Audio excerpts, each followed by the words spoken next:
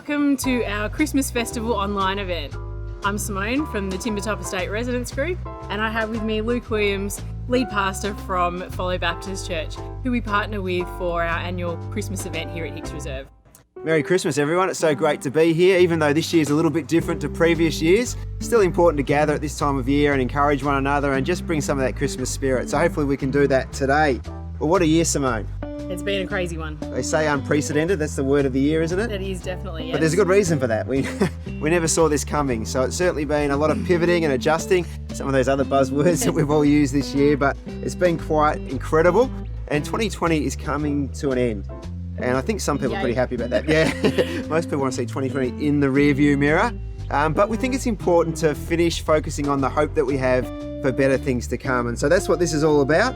And so, Simone, what are you hoping for this Christmas? Yeah, I'm really hoping for some time with family and friends. I missed out on a lot of time with friends this year, so I'm looking forward to spending some time with them, some good food around the Christmas table, maybe a couple of days break as well, just to recharge the batteries, and look forward to a big 2021. I think most people are probably similar. I think January will be a bit of a ghost town this year. I think everyone will be out on holidays and just resting up, but I'm also looking forward to that Christmas dinner. My parents are regional, so I haven't been able to see them very much, and my brothers were outside of the 25k mark, so I'm just looking forward to Christmas Day, sitting down and eating lots of roast meat and enjoying that, and just focusing for me on what Christmas is all about, the birth of Jesus. So really looking forward to that. Yeah. But Christmas isn't Christmas. That's right. Christmas is also about bonbons and crazy dad jokes. And corny jokes. That's right. So I'm a dad, so let's see who gets the joke. Right. Ready, set, go. Oh, it's me. All it's right, let's find out. Mum joke today. Mum joke. Let's find out. Okay, Luke, so how does Christmas Day end? Ooh, probably me rolling around after eating too much. No, with the letter Y. Oh, good one. That's hilarious. I don't know who comes up. How do you get a job writing those jokes? Because I reckon any of us could do that. So, very good. Well, in the same vein as everything else this year, the Timbertop Christmas Festival is going to be a lot different than it has been in previous years. Of course, it's online, but we want to make it as good as it can possibly be. We are, of course, here on site in the middle of Hicks Reserve, which is in the middle of this amazing Timbertop estate with all of you incredible people. And so, unfortunately, we're not all together celebrating Christmas, but hopefully you're enjoying this and celebrating anyway.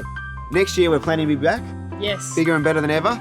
So same place, same time of year, all the same fun that we've had, rides for the kids, Christmas carols, food, all those important things. Definitely, yeah. But we still felt it was important to connect and celebrate together this year, albeit a little bit differently.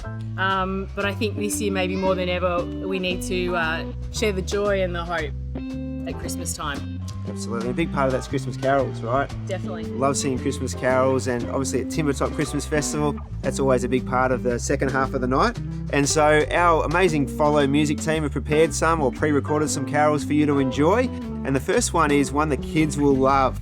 It's called Santa Claus is Coming to Town. And so kick back, relax, belt it out as a family, and let's enjoy this together. Stand by, here we go. And then, right, 3, 2.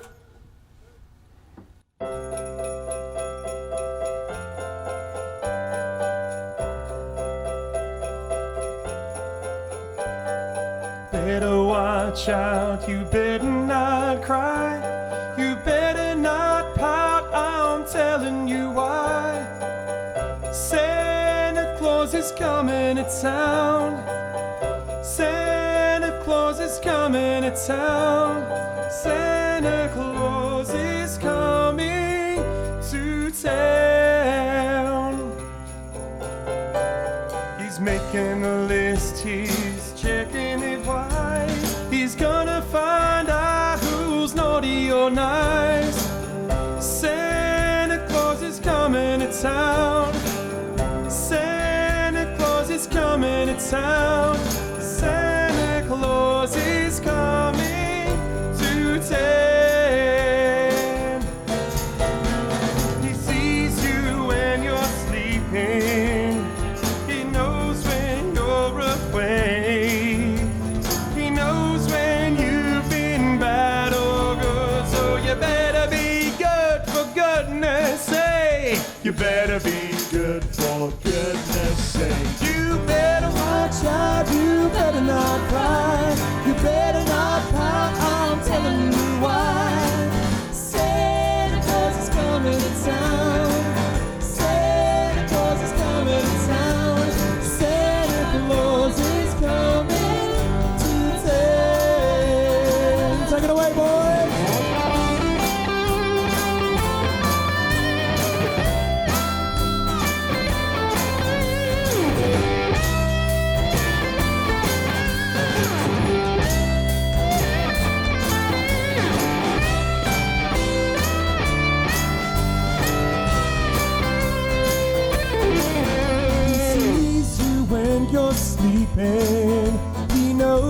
when you're away.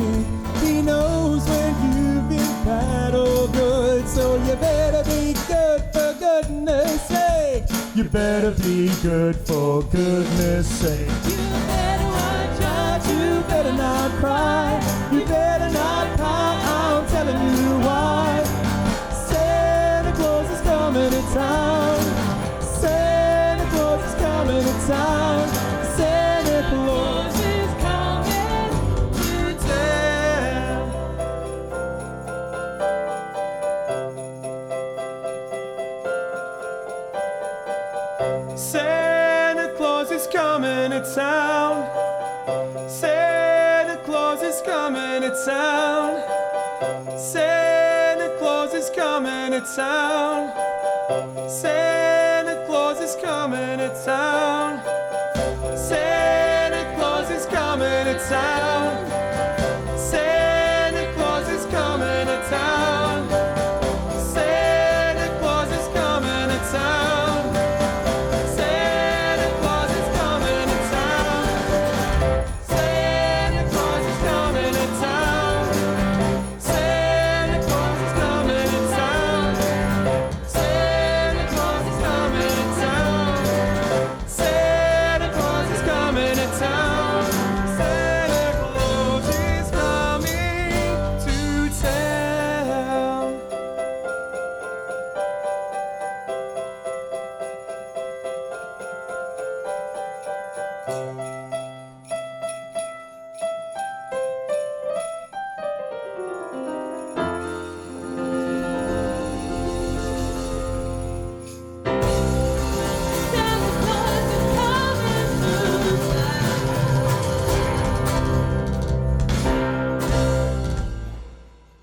Well, welcome back, and we hope you enjoyed that Christmas classic and that the Christmas spirit's starting to rise. That's right. This time of year, you want to get that sort of feeling starting to happen, and if that's happening for you tonight, then we're doing our job. Definitely. So, one of the other ways you know it's Christmas is the giving and receiving of gifts. Have you got some presents under the tree, Simone? Or? Got a couple under there. None Yeah. for me though. No, All for the family. It's never for us, is it? It's always right. for the kids. And so, kids, I guess the big question is, this year, have you been naughty or nice? Have you been good? Is Christmas going to be good for you because Santa's going to visit? Or have you been naughty and you're going to miss out? Well, one thing I do know is that this year you spent a lot more time at home. So I guess the best people to ask would be the parents. Your kids been good? Of course. Yeah, my kids Can have only been pretty say, of good course. too. So I think Santa Claus will visit them this year, so I think they're pretty relieved about that. So Simone and I are going to be like Santa Claus this year for the Timbertop estate. But we've got a gift for the adults, because usually the kids get all of the fun, and so it's important that the adults get a Christmas present as well. And so we've got a giveaway. So I'm going to invite Lockie Pryor. Welcome, Lockie. G'day Luke, g'day Simone. Hi, Lockie. Lockie is from Bermuda Coffee. Roasters. So it's great to have him with us. So Simone's going to ask some questions about Bermuda. Yeah, Lockie, tell us about Bermuda. Well, Bermuda Coffee, we're a coffee roaster. So we import green beans from all around the world and we roast them up in our roastery in Clyde and we deliver them all around the Cardinia area. So we've got lots of customers here in Officer and the surrounding area. Basically, we actually started this year in the lockdown. We've been roasting our own coffee at home for quite a while, and we thought, well, let's share it with the people while they're stuck at home, you know, not being able to go out to the cafe, not being able to go to the office for their normal coffee. Just some nice, fresh roasted coffee, which we think makes all the difference, and people have been enjoying it. Awesome. So I hear you've got a prize for us today. We've got something to give away, a few things, hopefully. My hands are empty at the moment, but hopefully they'll be full very soon. Here we go. This is our Burmese signature. So this is a blend of coffee from a few different countries. It goes really well with milk, it goes really well black, it goes really well all around. So it's got a little bit of different flavors, chocolate, toffee, apple written there on the bag. So that's our Burmese signature coffee. Now if you're not super into coffee, we've got something else for you. We've got our drinking chocolate. So this is actually from a Grounded Pleasures company. They're over in Geelong. They're a great local company. So we get our drinking chocolate from them, so you can have some of that. You can't have hot choc without some mellows. So I got some marshmallows from them as well. look great. Now I don't know if you're not into coffee, if you're not into chocolate, we've got you covered. We've got good old chai. So this is your spiced chai, also from Grounded Pleasures, who are a great team over there. And to top it off, if Santa hasn't got to them, we're going to have some nice cookies as well to go with it, just for your Christmas Eve. So you can put those out, or you can I do hear polish Santa them off likes a good yourself. cookie. Exactly right, yeah. So we'll see how that goes. So these are our goodies that we want to give away as part of our Christmas Eve hamper here at Awesome. Burmese. Fantastic. Thanks so much, Bermuda Coffee. Thank you, mate. Appreciate that. The question is, how are people going to win it? Well, we've got a randomizer with all the lot numbers put into it, and the winners are going to come up on the screen right now. So if that's you, congratulations. Someone from the residence group and Bermuda Coffee will be around to drop off your prize shortly. Congratulations to the winner and Merry Christmas from all of us at Bermuda Coffee. Huge thanks to Bermuda, and as we said before, kids love Christmas, and so we want to hear from the kids this Christmas time at Timbertop. So many awesome kids usually running around at this very park, and so Simone now is going to ask some of the local kids some questions about Christmas. Jet and Isla, can you tell me about Christmas time? What does Christmas mean to you guys? That you get presents. Yeah? And what about you, Isla? Um, What's good about Christmas? that you get to celebrate. Can you tell me about Christmas, Billy and Bob? What happens at Christmas time? I love Christmas time because it's all festive and you get to put up the lights, Christmas tree, and sit around the fire with my family. Fantastic. And what are you looking forward to most at Christmas this year? Seeing all my relatives because I haven't been able to see them much this year. Yeah. So. And what do you think you might do this Christmas? Eat lots of food. Do you have any presents under the Christmas tree? Mm-hmm. At home already? Do you know what they are? Presents. Presents? Is it a surprise? You've got a younger brother too. Have you two been naughty or nice this year?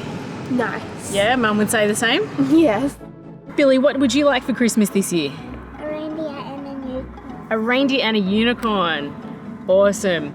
How does Santa know what to bring you? You send him a list what you want, Right? and then it goes to the North Pole where he lives, Mm-hmm. and then his elves make it. Right. Yep. And so what are the elves making you for Christmas this year? What have you asked Santa for?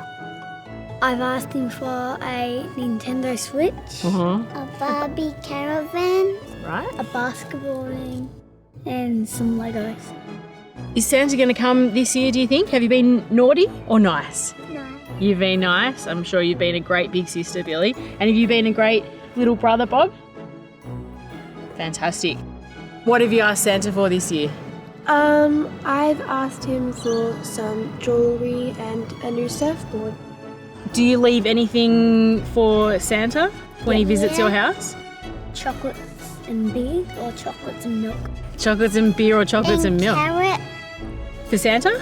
no, for the reindeer. Oh, for the reindeer, of course, yep. So Santa's going to come on Christmas Eve. Are you going to leave him any food or drink? What might you leave him on Christmas Eve, do you think? 'Cause he's going to be very tired and hungry and thirsty after flying all around the world, delivering presents. Does he drink water? No. Ah, no. Milk. Milk. Yep. And what does he eat? Cookies.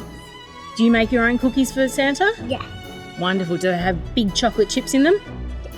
And do you maybe eat some of those cookies before you give them to Santa? I do. You eat them. Well, how good is it to hear from the kids at Christmas time? You can see the excitement, you can hear it in their voices, and I'm sure they're looking forward to a wonderful 2020 Christmas this year.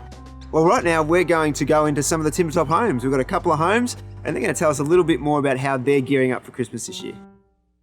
We're really looking forward to Christmas. For Christmas, we're getting ready by wrapping up some presents and spending time with family and catching up with friends. And also to our neighbours as well. So we've got some something to look forward to coming up and catching up with our neighbour friends. Christmas means spending time with family, getting together and yeah, And giving. And giving. Yeah, we love giving presents and seeing everyone happy and excited. I think what I love about Christmas is the night before, getting ready for presents and putting carrots and biscuits out for Santa. What I love about Christmas is celebrating being around people and having lots of delicious food to share with everyone as well. We like to have big Christmases and spending time with family. Hi, I'm Liza and this is Ben. We have a 2.5-year-old called Hugo and we all live in the Timbertop estate in Officer. We've lived here for about 2 years and we absolutely love it. We're super excited to be here for Christmas this year and to celebrate with all of our neighbours. What I love about Christmas is everyone's happy, and I love seeing kids excited and full of joy when they receive a gift and open their presents. I also love the food. What I love about Christmas is just the general excitement in the air. Everyone's winding down for the year, they're more relaxed, they're taking holidays. You catch up with family and friends you might not have seen for a while. Christmas to us means a chance to celebrate with family and friends, catch up with loved ones, but also has an extra special meaning because we can celebrate the birth of Jesus. We believe Jesus is the reason for the season, and yeah, we're privileged to celebrate that. Merry Christmas! Well, at Timbertop this year, I thought it'd be good just to share briefly about hope, because no doubt about it, 2020 has been a really difficult year. A lot of people this year have struggled with mental health and isolation away from family and friends. And it's also been a really polarising year with politics, whether it's in Victoria, Australia, or right around the world, even over in the US. And so I think it's good to talk about hope. I know for me personally, I'm a pretty resilient person and I don't usually go up and down very much, but even myself this year as a pastor of a church, I've had some good days and some not so good days. And so I think everyone has been feeling it, and really no one is unaffected by the events that have been thrust on us in 2020. And so I want us to pause for a moment. Just pause and give yourself a pat on the back, because it's been a tough year. But you're still standing, or you're sitting like I am, but you're still here. And so well done for getting through it. And I think that's really important. So this year at Follow, we've encountered many people who have found the circumstances of this year just incredibly difficult. Throughout 2020, we've been able to partner with the local community, and we've been able to provide over 20,000 meals of non-perishable food to people in our community who are doing it tough. This has led to many in-depth conversations as we hear people's stories and we hear about their struggles. And as we hear those, we hear that many people are struggling to have any hope for now, and particularly for the future. You know, when life is tough, we can easily lose hope. But one of the things I love about Christmas is it's such a hopeful time. It comes with a message of hope. Christmas is a time to come back together. It's an opportunity to remember the great things that have happened, but also look forward to the things that are going to happen in the future. Those things of new hope that come about at the end of a difficult season. It's a time to reflect, and it's also a time to project. It's a time for family, for fun, for holidays. I'm sure some of you are really looking forward to those this year. To sunshine, to rest, and a time of fresh vision. It's a time to connect. It's a time for Christmas lights, and you've got a great competition happening here at Timbertop. It's a time for breakups, for roast dinners, and it's a time for the kids to get out and explore. And who can forget the opening of gifts on Christmas Day and the look of joy in the eyes of some of the kids as they open up their presents. If you're a parent in this estate and you're anything like our family, you've probably done the Christmas shopping by now. If you haven't, you better get on with it because you've only got a few days to go. But you're probably hiding the presents around the house. And as the kids get older, that definitely gets more difficult. This year our son's getting a basketball ring, so I really hope he's not watching this or we've just blown the surprise. But where do you hide a basketball ring? It's in this huge box. And so we've got it behind the couch with a sheet over the top, hoping that, you know, a ball doesn't go over the top or he ends up behind the couch somewhere. But Christmas time is a time of so many fond memories. And my hope and prayer is that you and me and all of us will have many of those memories at the end of this year. In Victoria, at Christmas time this year, of course, we've got the extra fresh hope of being coronavirus free and hopefully resuming life as normal with some of the new lessons and hopefully some of the new rhythms that we've learned through this season. And I think everyone's excited about that, filled with hope to get back to life as we know it. Well, this year, hope for you might be getting back to that life of freedom. It might be found perhaps in your family, in your friendships, or perhaps in the new opportunities that await you in a new year. And they are all wonderful parts of life. But at Follow, for us as Christians, we find great hope in the person of Jesus, through his life and example, through his death and resurrection, and through the hope he brings for life now, but also for the future. It's a hope that can't be shaken despite our circumstances. Even coronavirus can't shake it. And so at Christmas, it's time for us to reflect as we celebrate his birth. And that's what so many of our Christmas carols are all about. If you're looking for a church service to attend this Christmas time and you want to do it from your lounge room and hear more of this story and the hope that we have, you can stay on this link after the Timbertop Festival and join us for our Christmas service at Follow. Also this year, if you know anybody who needs assistance this Christmas, we are more than happy to help. We're based in Officer. We exist to be a blessing and to help people in need as we represent the love of Jesus in this community. And so if you know anyone who needs help with non-perishable food, toiletries, a Christmas hamper, or help in any other way, you can contact us at the email that's now on the screen. It's info@bless.org.au. As I said before, we hope you have a wonderful Christmas. Enjoy the time with your family, your friends, enjoy the freedom we have again, and remember the reason for the season and what it is for you.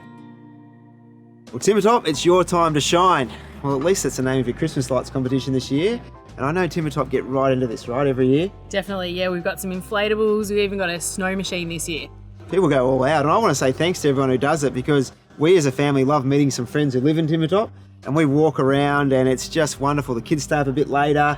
They get really excited about Christmas. So thanks for all the effort you've gone to. But now it's time to announce the winners. So Simone. Yeah. So thanks to Parkley, we've got 3 $500 gift cards to give away. Wow. We've put it to the people and the votes are in. So if your name appears on the screen now, you are one of the 3 winners of the $500 gift card. A member of the residence group will be around to drop off your prize shortly. Thanks again to Parkley for your ongoing sponsorship of the Timbertop Residence Group and supporting us in providing community events.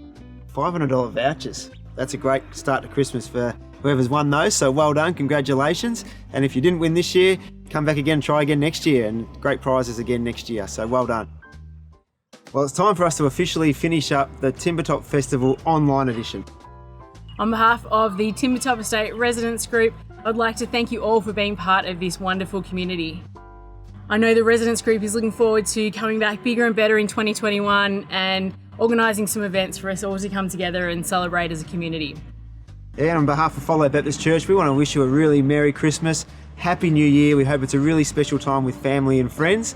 And we're looking forward to partnering with you again in 2021 to make this event a spectacular event like it has been the last couple of years. Don't forget, you're welcome to stay online on this link if you want to be part of a church service this year. The Follow Church service is happening immediately after this. But yeah, we thank you for joining us and being part of it today. And we're going to finish with a bang with a Christmas classic. Everyone knows it, so you can sing it in your lounge rooms. It's called "O Come All Ye Faithful." Merry Christmas, everyone, and enjoy. Yay! Yay! Woohoo! Whoa! Oh,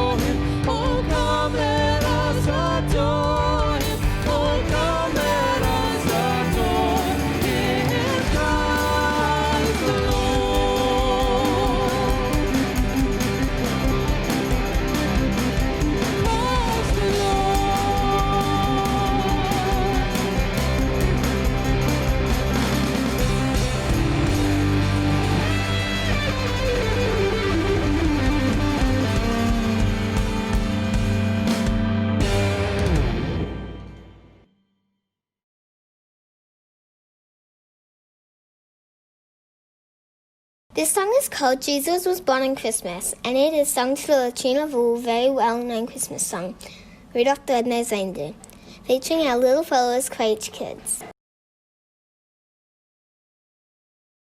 Jesus was born on Christmas, on a very holy night, and in the sky above him shone the very brightest light. Oh, love, the heavenly angels sang a song to praise his name.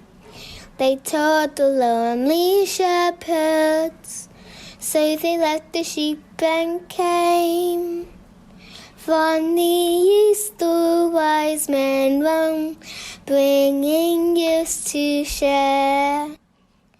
Riches for the King of Kings, to show the Saviour that they care. Now we celebrate his birthday in our hearts and every day. Jesus in your humble manger, your true love is here to stay. A star is born. Merry Christmas, everyone!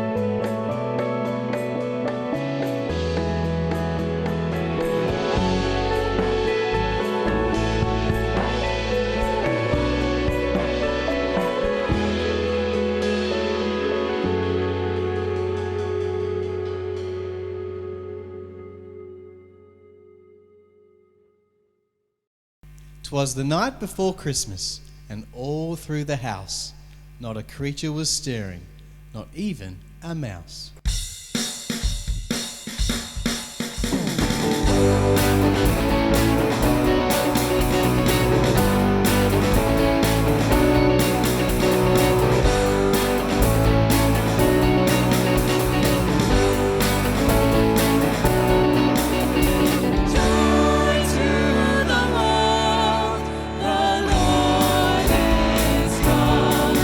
Let earth receive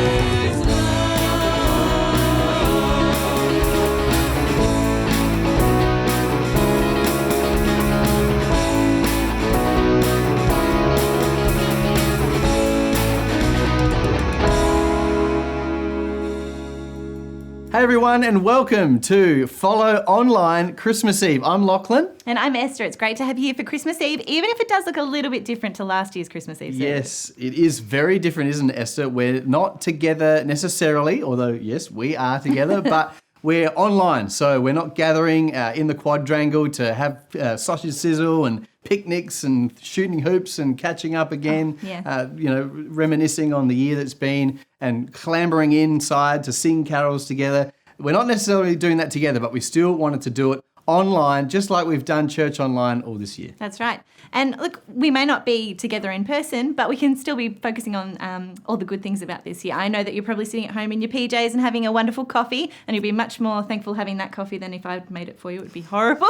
So there are plenty of things to be excited about for this year. Let's talk about what's going on. Yeah, well, that's right. You really want to be dwelling on the hope that we have in Jesus this year, on the good things, not the bad that have happened all year, which has been our theme all year, hope, or not all year, well, yeah, all our lives it should be our theme. But in December, we've been focusing on the hope of Jesus' birth, which is coming soon. And let's focus on the good things. What about some highlights for this year? What have been some of your highlights this year? There's been some tricky things this year. Yeah. I know you haven't quite gotten there yet, but I did mum school at home. Now, I am a teacher by trade, so everyone's like, oh, it'll be so easy. Mum school is a little bit different at home, so there's plenty of bribes. But I didn't have to do any lunch boxes. All the mums and dads out there are like, we know what you're talking about. No lunch boxes for ages, so that was a bonus.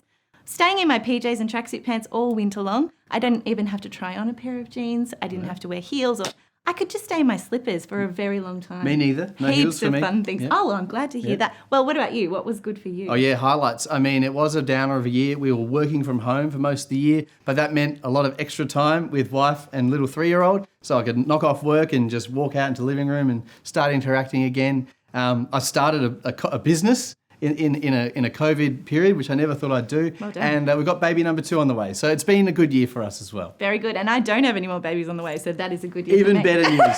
So it's been a great year and it's going to be a great night. So what have we got in store for us tonight? Oh, we've got lots on tonight. We're going through the Gospel of Luke, and we're also having Adam and Luke are going to, it was a lot of Lukes, but Adam and Luke are going to be bringing us the word tonight. And we're also going to have carols, of course. Of course, it's Carol's night. So let's get into it. We've already had the one carol, so we're going to have a Bible reading now. So enjoy. In those days, Caesar Augustus issued a decree that a census should be taken of the entire Roman world. This was the first census that took place while Quirinius was governor of Syria. And everyone went to their own town to register. So Joseph also went up from the town of Nazareth in Galilee to Judea, to Bethlehem, the town of David, because he belonged to the house and line of David. He went there to register with Mary, who was pledged to be married to him and was expecting a child. While they were there, the time came for the baby to be born, and she gave birth to her firstborn, a son. She wrapped him in cloths and placed him in a manger because there was no guest room available for them. Gee, what a deal for Mary, hey? So she's had the Immaculate Conception, she's been visited by angels, she's carrying the Son of God in her womb, and now she's got to go right across the land for this head count. Yeah, that's a lot. I mean, preparing a nursery, I've had kids for myself, so I know what it's like, but yeah, I wouldn't want to be going anywhere heavily pregnant, thank you. No, thanks. Yep, my wife is the same as well, and yep, it's just here to the fridge, to the bed, to the massage, that's all thanks. But you know, it was all part of this plan. It was, the Jewish tradition, they believed that the Messiah was coming and was going to be born in Bethlehem. That's right. And God has these really great plans, and Mary and Joseph trusted in those plans. In Galatians 4:4, it says, "But when the set time had fully come, God sent his son, born of a woman, born under the law." Yeah, how cool is that? He always knows what's going on. He has a great plan. We're going to continue with another reading from Luke chapter 2. And there were shepherds living out in the fields nearby, keeping watch over their flocks at night. An angel of the Lord appeared to them, and the glory of the Lord shone around them, and they were terrified. But the angel said to them, "Do not be afraid. I bring you good news that will cause great joy for all the people. Today, in the town of David, a Saviour has been born to you. He is the Messiah, the Lord. This will be a sign to you. You will find a baby wrapped in clothes and lying in a manger." Now, Christmas Eve is all about fun. And normally with Follow Kids, we'd have the jumping castle out the front and we'd be having lots of chessboards and things like that out the front too. So instead, let's play a game. Are you ready? A game. I love games. Yeah, well, this is a game called Mad Libs. Now, you might know it. You probably did it if you did drama club at school. I didn't do drama club, but we do some fun games in Follow Kids. And Follow Kids, you actually had this on your Follow Kids online a couple of weeks ago, so you might have already done it.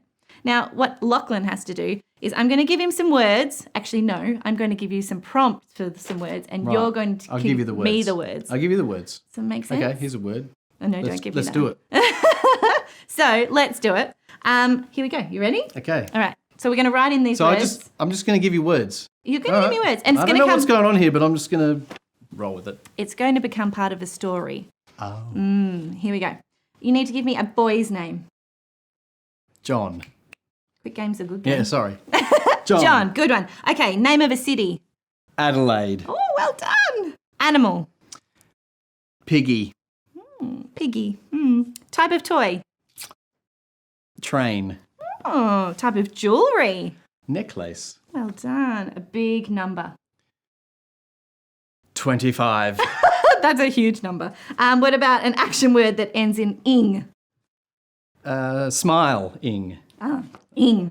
Very good. Smile ing. Action word that ends in ing again. Oh, okay. Smelling. Oh, okay. And give me another big number. 100. Ooh, that was a bigger number. And a describing word. Cool. Oh, and one more describing word. Interesting. All right, let's see how the story goes. Okay, so what happens? I'm going to read this story, am I? You are going to read the story. Let's see how it goes. Okay, it's story time. Once there was a little boy named John. He lived in a town called Adelaide. He lived with his mum, dad, and a pet piggy. Everything was great, except for one problem. He never knew what he should give his mum for Christmas. He thought maybe he should get a train, but that might not be right for her.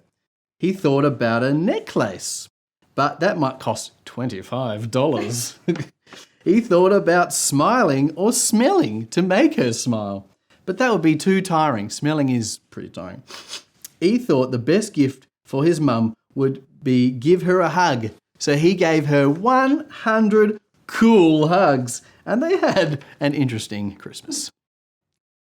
Well, thank you for that, Esther. That was very interesting, as I say. Interesting Christmas. What's not going to be interesting, what's going to be awesome is going to have another item. It's a carol from our music team. So take it away, guys.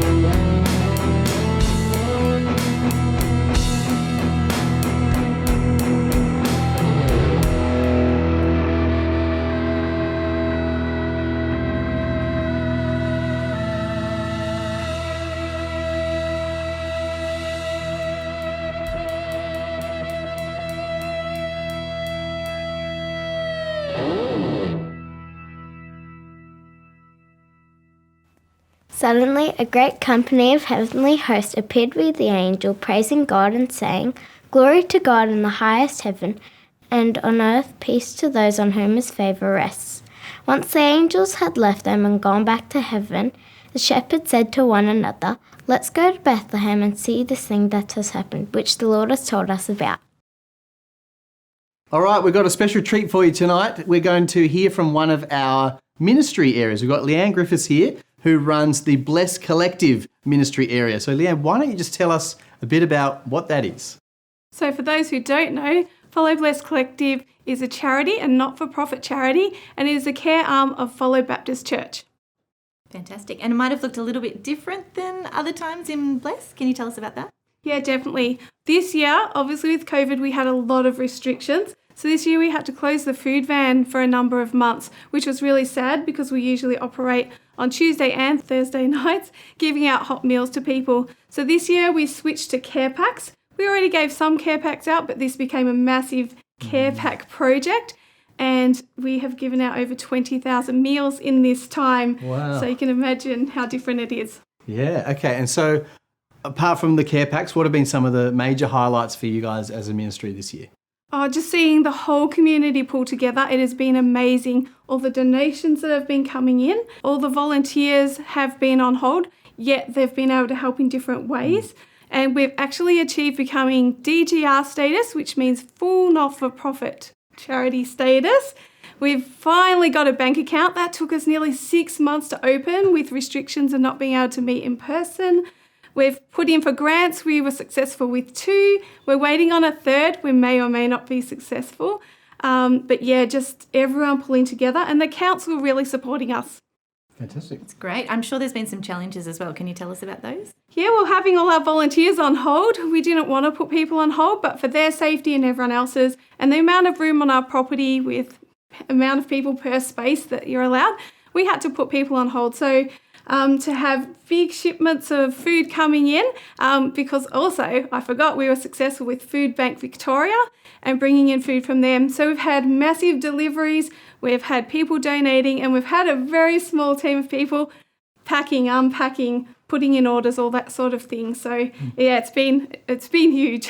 Fantastic. So it sounds like the year's been different, but it's been a great success as a ministry. What's coming up in the short term, in the next few months and beyond for Bless? So we've just given out all of our Christmas care packs. That also has been a massive project. So we've had lots of donations for that. And packing has gone out to schools, it's gone out to housing organisations, and it's gone out to families in need in this area. The next step is now to get Food Van back up and going. We're hoping for March. We're hoping to do training with volunteers in February. And we're hoping maybe to do some life skills with people once we can meet one-on-one with people. So if anyone wants any more information or wants to get in touch with you or about the Bless, just a quick email address or something for them? Yes, info@bless.org.au. That's fantastic. Thanks, Leanne, for joining us. It's a great ministry. So they hurried off and found Mary and Joseph and the baby who was lying in a manger. When they had seen him, they spread word concerning what had been told to them about this child. And all who heard were amazed at what the shepherds said to them. But Mary treasured all these things and pondered them in her heart. The shepherds returned, glorifying and praising God for all the things they had heard and seen, which were just as they were told.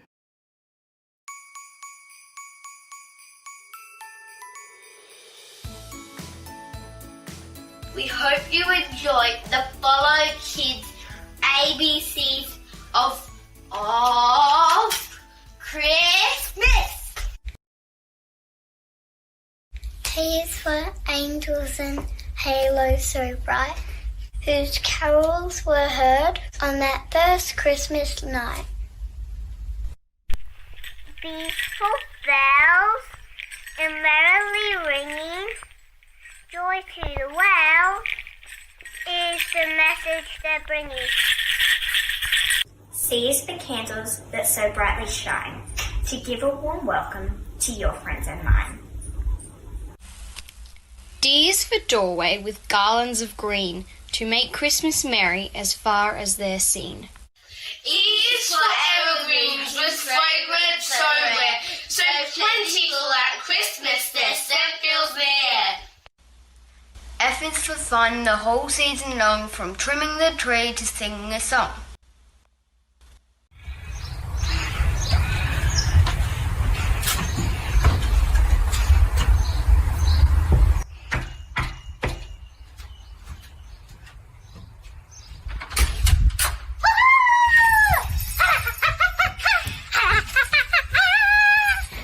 G is for greetings and merry hello, with a hat full of love for the people we know.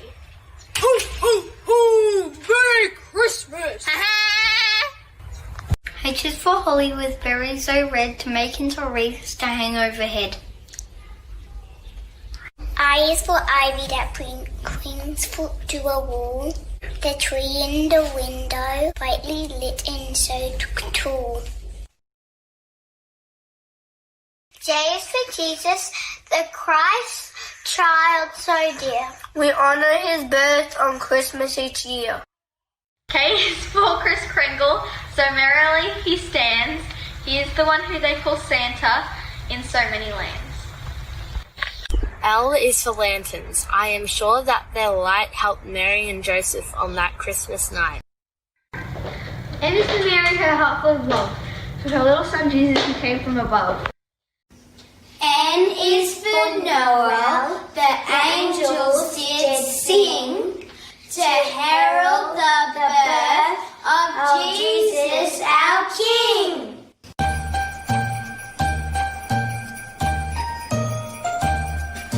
O is for ornaments, so shining and bright, with lights on the tree to sparkle at night.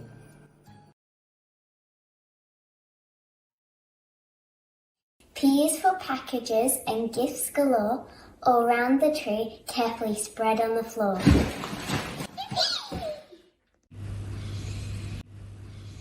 Q is for quiet Christmas Eve night. We're all in bed after hunting Christmas lights.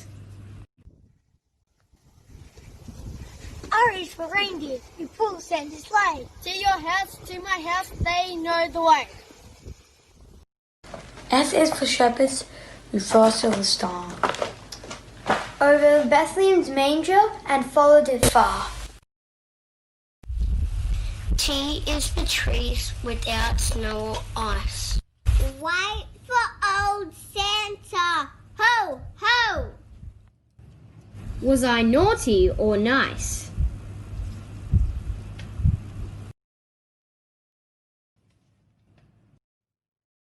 U is for universe, where Christmas brings joy for all of the world to each girl and each boy. V is for visiting friends near and far, or chatting on Zoom, or driving by car. U is for wise men, who brought gifts so rare.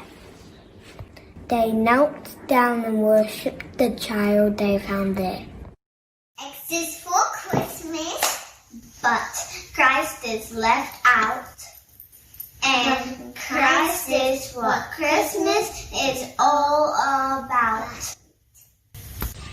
Y is for your neighbour. Your friends, your family. Those you bought gifts for that are under your tree. Z is for Z, as children sleep tight, parents all hoping until Christmas morning's first light. Dear God, thank you for giving us the gift of Jesus, the greatest Christmas gift of all. Thank you that because we have Jesus, we have hope for today and the future. Please help us to remember why we celebrate even as we eat Christmas cookies and open presents. Even if this year has been a weird year, we love you and thank you for Christmas, reminding us each year of the hope that Jesus brings. Amen. Merry Christmas, everyone.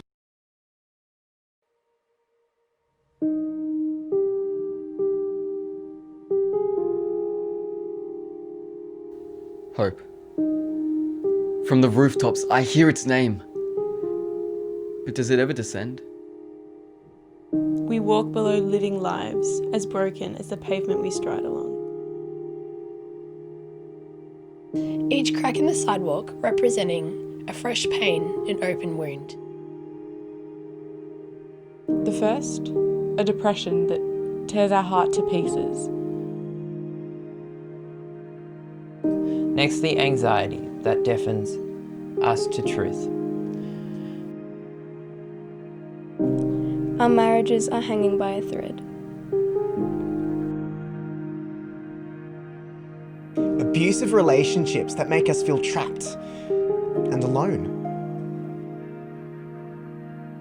The pains of life that remove all joy and all passion. Brokenness that destroys who we are. Each crack turns the hope above into a mocking jeer. Each upward gaze a silent cry for help. But with each step, another day gone without freedom. But hope is not dormant. Hope is not still. Hope is not asleep. Hope is not dead. Hope is active. Hope is moving. Hope has a name.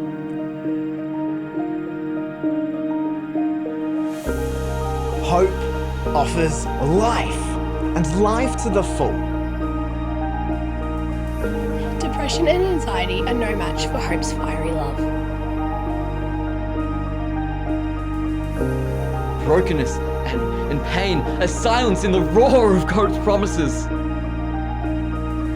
Separation from the Father is answered by hope's broken body on a wooden cross. As we walk the pavement and wonder where hope is. Hope is here. Hope has come. Hope has a name. Jesus.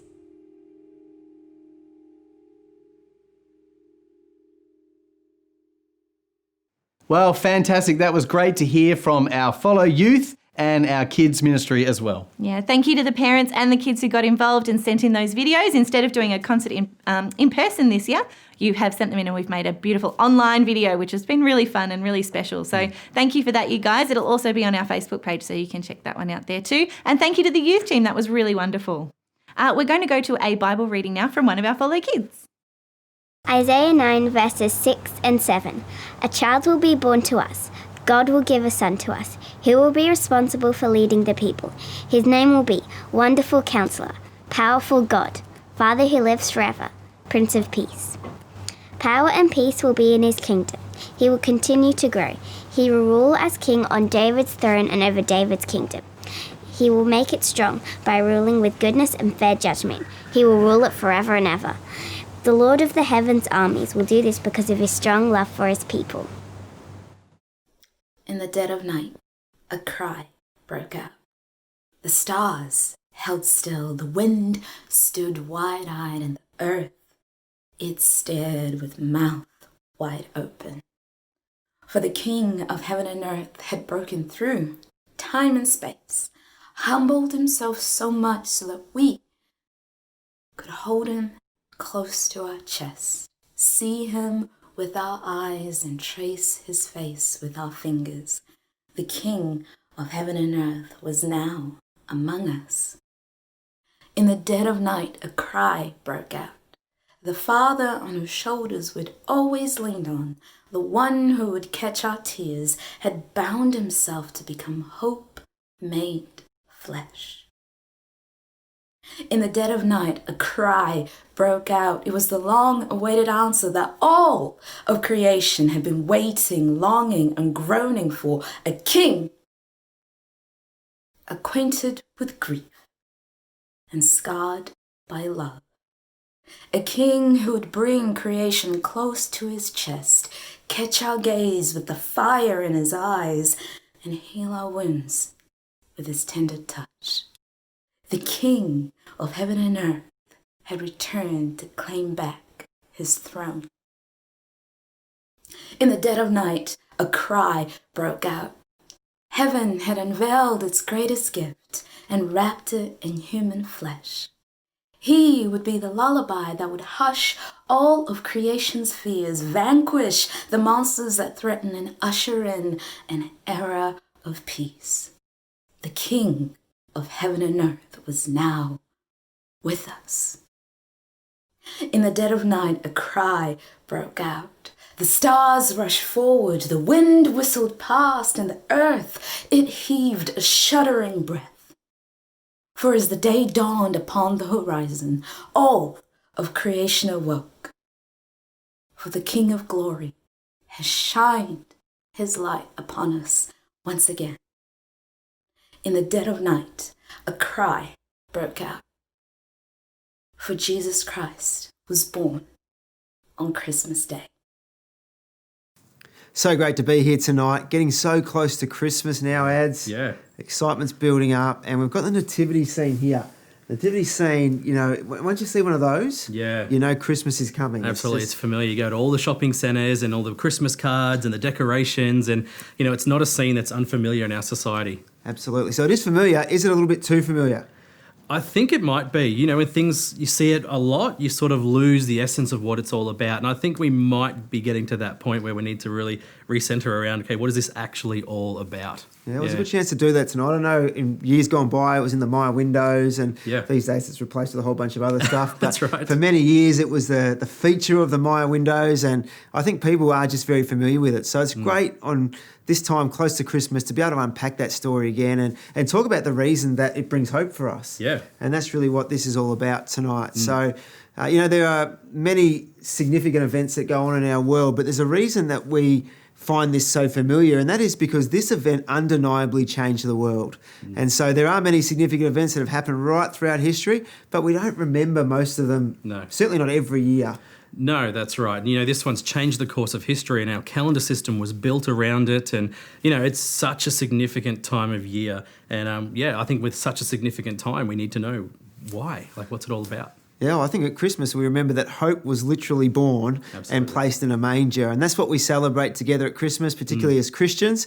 And we know that 2020 has been a tough year for so many people. And so to finish the year talking about hope, this year is maybe more important than ever before. And so that's why Christmas is great, because Christmas is all about hope. Hope, absolutely. And hope so, born in a manger. Absolutely. Yeah. And so we're going to talk about it. It was so good today to have, you know, some of the Follow Kids Do Bible verses and take us through Luke's Gospel and the story of Jesus' birth, the actual narrative of what happened in that time.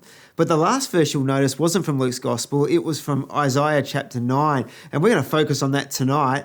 And Ads, what was different about that verse? That verse was actually written in the past. That was not something that was happening at the time. That was actually how many years? About 750 years before Jesus was born. That's the prophet Isaiah gave a prediction. We call it a prophecy. A prophecy, And so it's pointing towards an event that's going to happen in the future. Yeah. And so 750 years out, they predicted the birth of Jesus. Yeah. And so God spoke through Isaiah for that. So really quite incredible that they've been waiting so long for that to happen. Absolutely. Yeah. You know, it's one of those things about prophecies, you know, 750 years earlier, and there's prophecies that date back even older than that. Yep. And, you know, all these messages about the Christ that was to come, you know, you had to understand that people in those times were waiting with anticipation for the Christ, for the Lamb that would be their sacrifice, for someone who would take away their sins and reconcile them to a God who loves them. And that time had finally come. It was an exciting time. Yeah, so week one you spoke about prophetic hope. That's right. So tell us a little bit about what you said that day. Yeah. So if you missed the first part of this series, feel free to go back and watch. But yeah, prophetic hope was all around looking at some of those messages and, you know, the things that people had been saying about the Christ that was to come. There were over 300 prophecies in the Old Testament around the Messiah that was to come. And we looked at the study by Professor Stoner, who talked about what are the chances that someone, any one person would be able to fulfill those prophecies. And he looked at just 8 of them, and the chances of one person fulfilling 8 of the 300 plus prophecies is 1 in 10 to the 17th power, which is a massive, massive number. And as he adds more prophecies in, the number just gets so huge. So get me right, that's 8 prophecies, so there's 300 prophecies, that's a lot of zeros. That is a lot of zeros. So it just shows us that, you know, we can put our faith in Jesus because it's him. It's always been him, and it's always going to be him. And it's great to celebrate that. So God's people, they got this prophecy 750 years out, and they're waiting year after year, generation after generation, for this promise to actually be realised. And so after 750 years, Christmas, the very first Christmas, it finally arrived. Now, we're not that great at patience these days. No, we're not. We tend to, credit cards, and we want things now. And, I'm speaking for myself, I like playing some video games now and again. So anyone young out there who plays video games, you know how frustrating it is when you turn on your console and, update required for a game you really want to play, and you've got to wait for the update. And, we're just, as a society, we're not that good at waiting for things. No, that wheel of death on the computer when you're waiting, it feels like forever. Absolutely. When I go through the Macca's drive-through, if I've got to wait 3 minutes for a Big Mac, it's like, what are they doing in there? Like, I'm hungry, I would have eaten in if I wanted to have a full dining experience. That's right. We're certainly not very good at patience. And so 750 years, these people had been waiting for this promise to come to pass. And then finally, in verse 6, we read that it happens. And the prophecy said, for to us a child is born, to us a son is given. And so in the person of Jesus, this prophecy comes into fruition, and it's a wonderful thing. And I just try to imagine what that birth would have been like, and being there on the moment. I know I've been there for the birth of our kids, and the first one I was at was Taylor, and I got to deliver Taylor, and so I'm there, waiting for the catch, and she sort of slid out. It's obviously a little bit more difficult than that. It's kind of easier for us guys, but more difficult for our wives. Absolutely. And Taylor finally came out, but she had like the umbilical cord wrapped around her neck, and she was like blue like a blueberry. So at that point I kind of panicked. It's like, absolutely, and they came in and kind of grabbed the cord and ripped it over the top, and she came back to a normal colour again, which was, she was a bit like an alien there for a while, so quite a relief.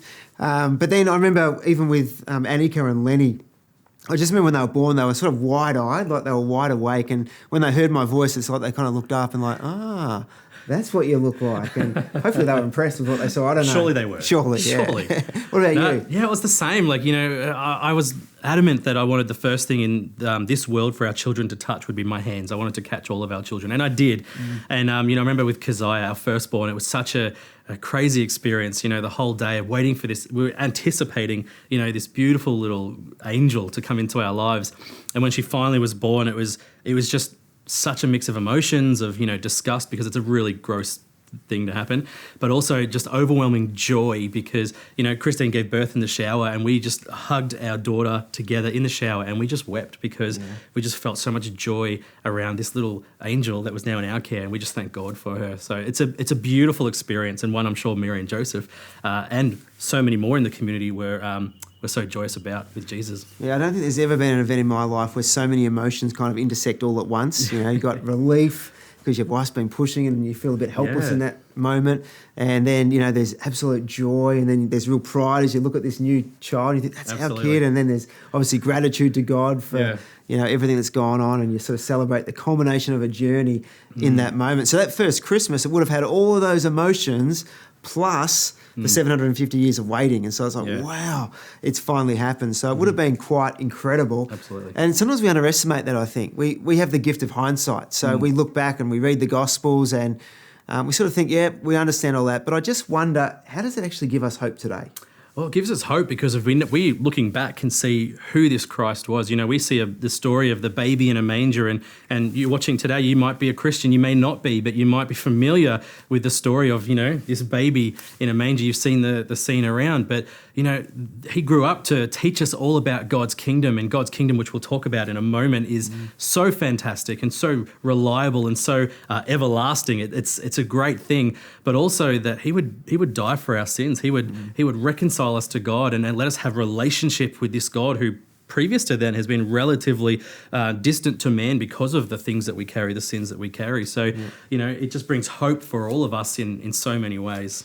Yeah, I think for me it gives hope because you saw all those prophecies that you spoke about before, talking about Jesus' birth and the probability of all that happening, and it happened. actually happened. And Yeah. yet there's still some amazing promises in the future. That's right. And so for me, if God was faithful to all the stuff Yeah. that was promised at Jesus' birth, Yeah. then we have great hope and expectation Absolutely. that God is faithful to the other promises he's made. And so whatever you're going through in life, there's that hope that kind of transcends all of that. And I think that's Absolutely. really beautiful. And those future promises are pretty amazing.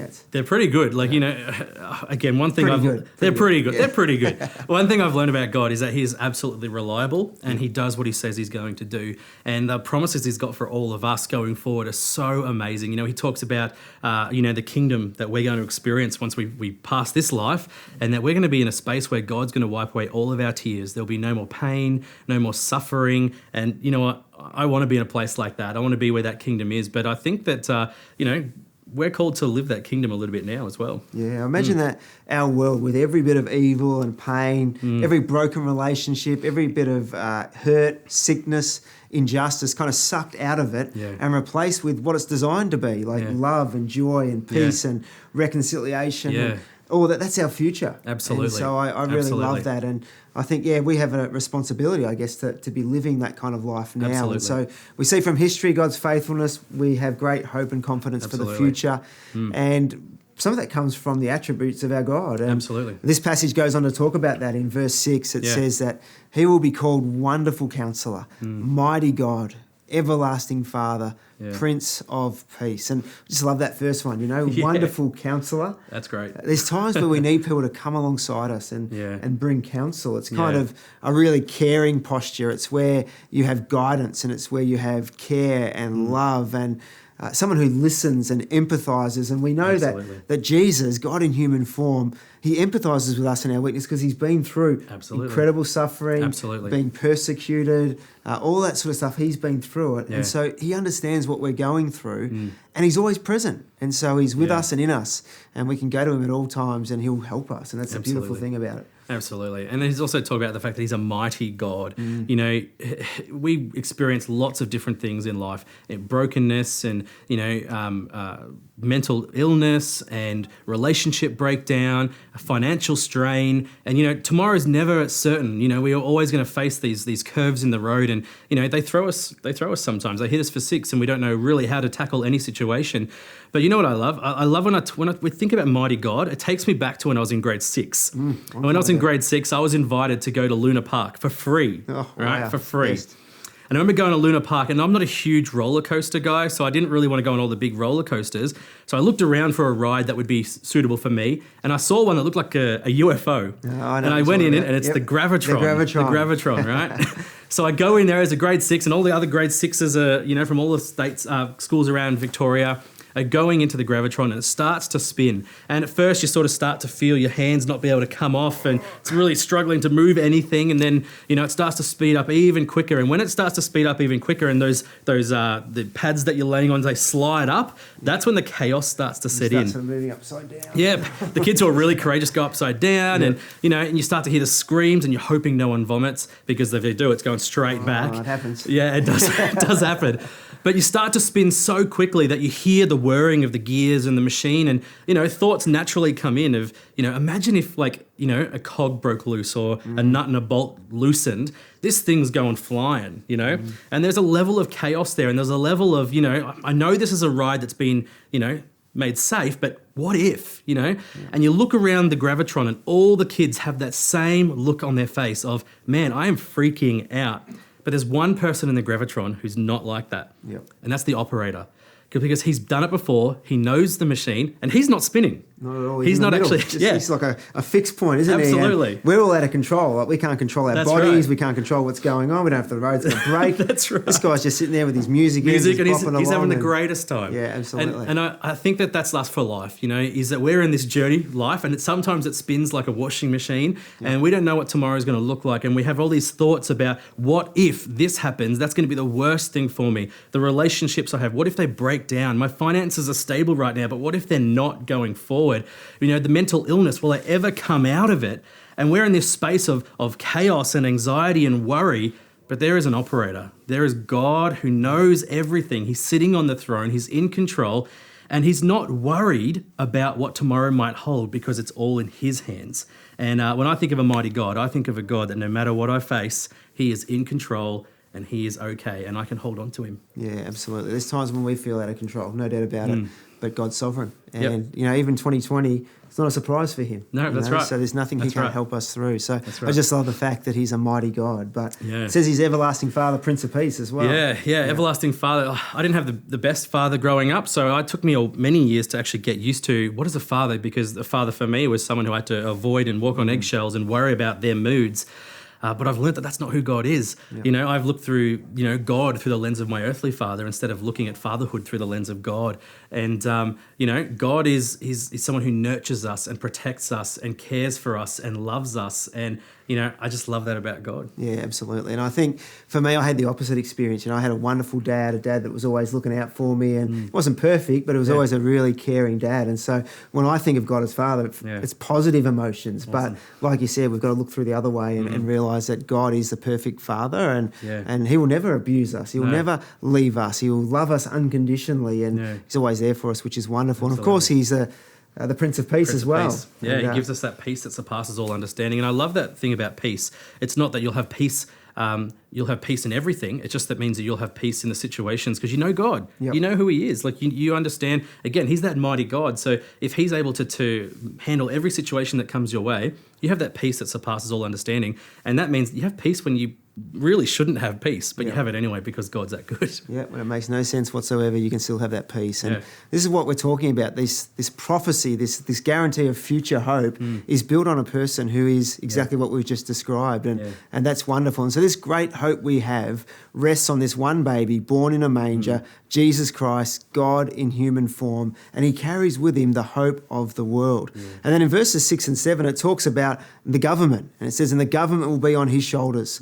Of the greatness of his government and peace, there will be no end. Now, I haven't heard much about the government this year. Have you heard much about it? No, it's been quiet on the government front for 2020. I don't think I've heard anything. Pretty happy? Everyone's happy. Everyone's happy with the government. Yeah, okay, let's be honest now. 2020 has been a year of unprecedented criticism, uncertainty, mistrust in governments all around the world. And even in Victoria, we've had like that full spectrum of, opinions about our own premier. And I don't think I've ever seen the world more divided around politics, not just here, but overseas as well. And absolutely. And so when we hear about this government being under Jesus' control, that he's leading this government, I think sometimes, once again, we look at government through the filter of our governments and go, oh, I don't want to talk about government's a bad word. But we've got to actually, once again, reverse it. Absolutely. And realise that this government is not like the earthly governments that we've become accompanied to. That's right. And this government is on Jesus' shoulders and he reigns, and it's a government of peace and justice, righteousness, and it will never end. It will never end. And that's one of my favourite parts about it. We see in governments that leadership changes all the time. In America, it's every 8 years they have a new president and we're voting all the time, or maybe, in the government, people are kicking each other out, and it's just so unstable, and you never know what tomorrow is going to hold in regards to what we're chasing as a nation, or what we're chasing as a state, or what we're chasing as a council, or, it's all so different, and you never know what tomorrow is going to hold. But Jesus, like the kingdom that he's offering, the kingdom that he wants all of us to be a part of, it doesn't change because God doesn't change, because it's built on his character of, as you said, peace and righteousness and justice and truth. And, it's a wonderful kingdom to be part of and to have that stability going forward. And I find great reassurance that our confidence as Christians is not on any earthly pope or prime minister or president even a premier. Our hope is on the risen and returning Jesus, the King, whose story started that very first Christmas. Yeah, here in a manger. That's so, like you said, our governments are up and down, and policies change, people's change, promises are broken, motivation shifts. But the government promise here is guaranteed and eternal. In difficult times, it is easy to lose hope. Yeah, absolutely. And so, Eds, what do you think are some of the things that people in our world put their hope in? Yeah, we put our hope in a lot of different things. We put our hope in our family. We put hope in our careers, in our finances, in our mental health, in our regular health, our physical health. But I think when it comes down to it, all the things that we put our hope in is really ourselves, because, it's very hard to let go of the reins and say, I'm going to hope God with my future, trust God with my future, and I'm going to trust God with the things I'm facing right now. And it's unfortunately, it always leads to pain. Yeah, and I think those things you just mentioned, all of them, including our own confidence Yeah. at times, has been completely shaken to the core. So Absolutely. And I think at times we've looked to our government for the answer. They don't Okay, have we're it. going through a hard time.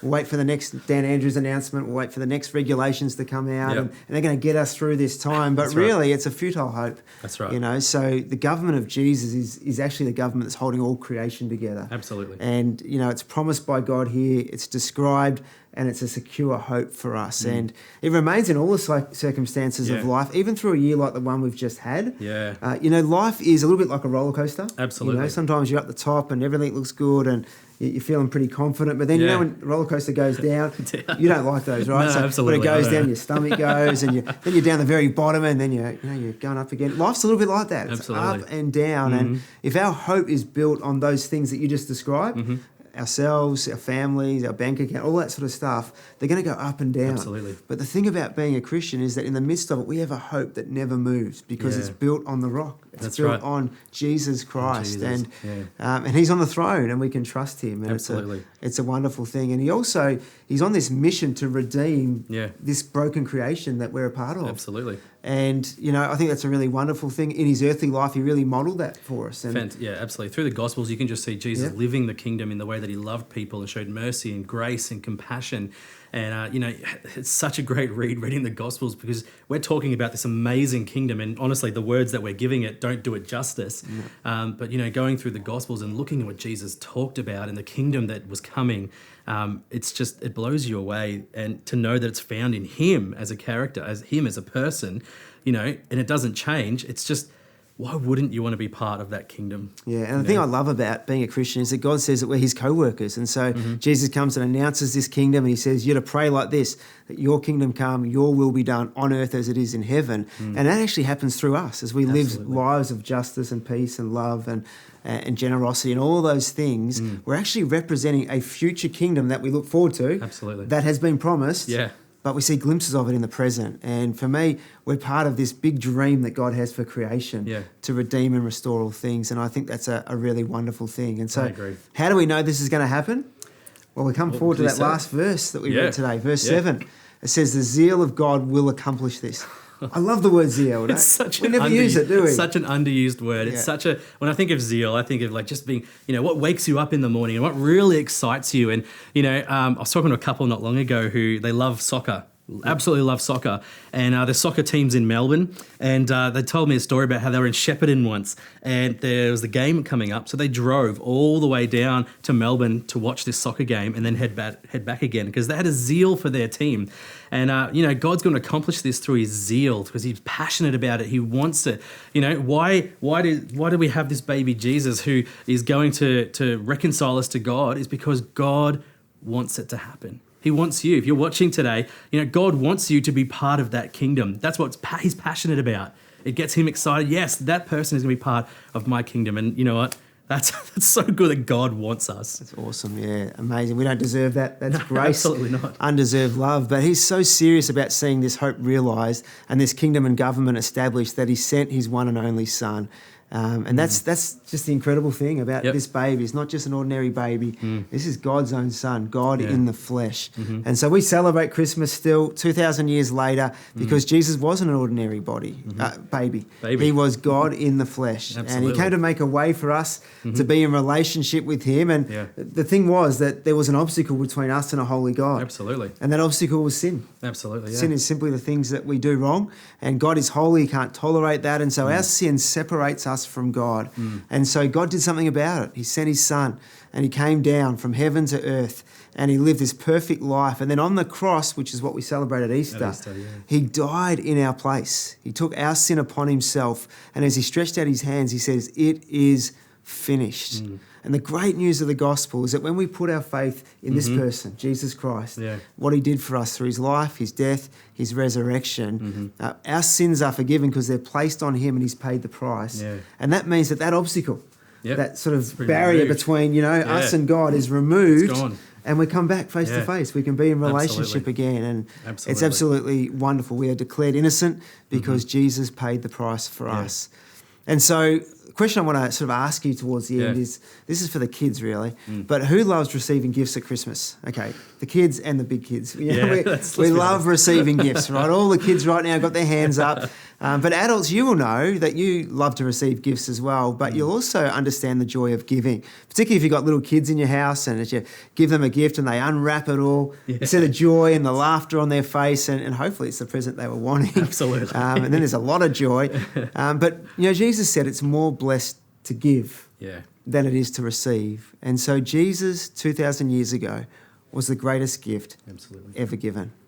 For God so loved the world that he gave his one and only son. Now, when we give gifts, we take time to wrap it. I don't know about what it's like in your house, but absolutely. Kim's the wrapper at our house because mine just looks so botched by the time I finish. So Kim's got, just it all nice and neat and it looks beautiful and there's shiny paper and it's all wrapped and presented well just for the kids just to destroy it and rip it all off. Right.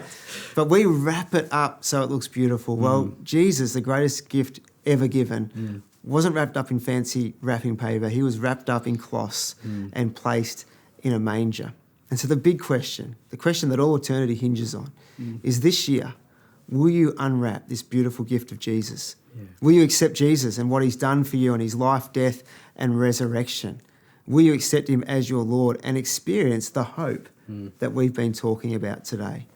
Now, if that's something you would love to do today, if God's prompting you in that, we're going to invite you to pray along a prayer that's going to now come up on the screen. And as you read that prayer, we'd encourage you to pray that in your heart. And you can also click in the chat and you can let us know about that decision you've made. And we'd love to help you as you start that journey with Jesus. Or you can visit our website, follow.church, and there'll be a banner that says, I have decided. We'd love to hear from you and connect with you about the decision to be part of this awesome kingdom. If we were to hear from some of you this Christmas, that would be the greatest gift we could ever receive. It would be so wonderful. And so we are really hoping and praying that's for you. If you're already a Christian and you already have this hope, then we hope this year that you'll understand it afresh, that it will be renewed for you as you remember what Jesus has done. But on behalf of Follow Baptist Church and everyone here, we just want to wish you a really Merry Christmas. We hope you have a wonderful New Year, and we're looking forward to great things together in 2021. Absolutely. Merry Christmas, guys. Merry Christmas. Thanks, Luke and Adam, for bringing us the word tonight. That great message of hope. Thanks, Luke and Adam, that the message that we've been following along all this month here at Follow about Jesus' birth tomorrow. We hope you have a really special day tomorrow and that you are surrounded by family, friends, and maybe even a present or two under your tree. And also from my family to yours, we've loved being your hosts tonight, and we just really do wish you have a really special day with your family and friends spreading the love of Jesus. And now we're going to go to 2 amazing carols by our music team. And after those carols, if you're looking for a local church to connect into, there's going to be some information on the screen. We've loved being your hosts tonight. We've had a great time. We hope you have too. Merry Christmas from Follow and enjoy the carols. Yeah, Merry Christmas.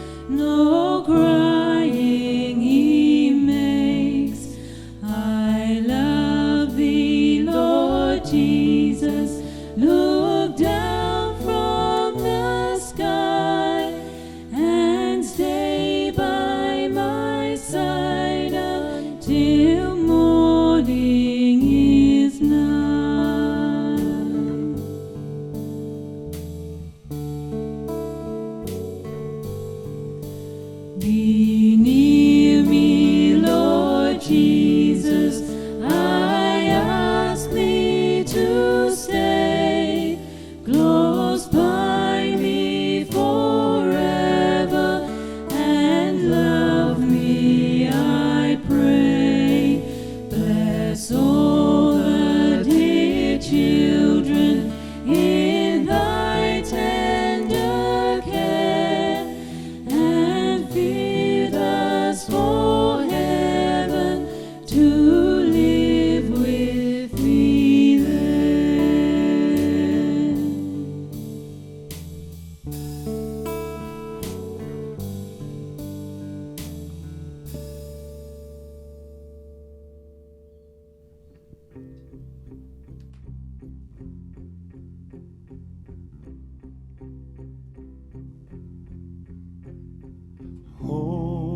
holy night, the stars are brightly shining. It is the night of our dear Saviour's birth. Long lay the world in sin and error pining, till he appeared and the soul felt its worth. A thrill of hope, the weary world rejoices, for yonder breaks a new and glorious morn. Fall on your knees, oh, hear the angel voices, oh, night divine, oh, night when Christ was born, oh, night divine.